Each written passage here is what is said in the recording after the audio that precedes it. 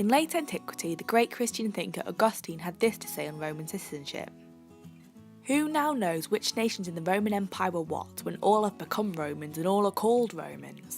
Maybe Augustine was the ancient equivalent to a UKIP supporter, for unlike today where immigration laws are becoming stricter and stricter, the Roman Empire had a very inclusive approach to citizenship.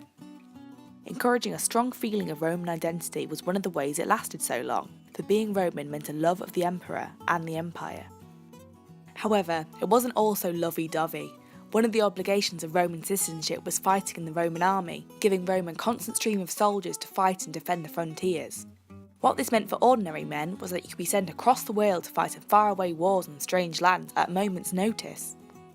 This is how, in the cold, wet northwest of England, archaeologists came across an inscription of ancient Palmyrene. Barates was a Palmyran, now modern-day Syria, who sometime in the 2nd century would have been sent to defend the northern frontier in Britain.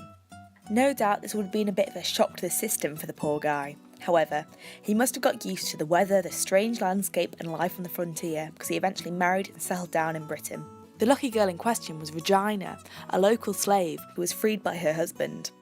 Lucky girl. Eventually, however, she died, and to commemorate her death, Barates had an epitaph made in her honour, as was the Roman tradition. This is what archaeologists would unearth thousands of years later, and here we get an incredible example of integration in the Roman Empire. As a good Roman citizen, Barates inscribed the commemoration in Latin underneath an image of Regina, but also added a more personal inscription in his own language. This reads, Regina, freed woman of Barates, alas. In just one object we can see a big old mix of ancient cultures and identity, just like we would in our modern worlds.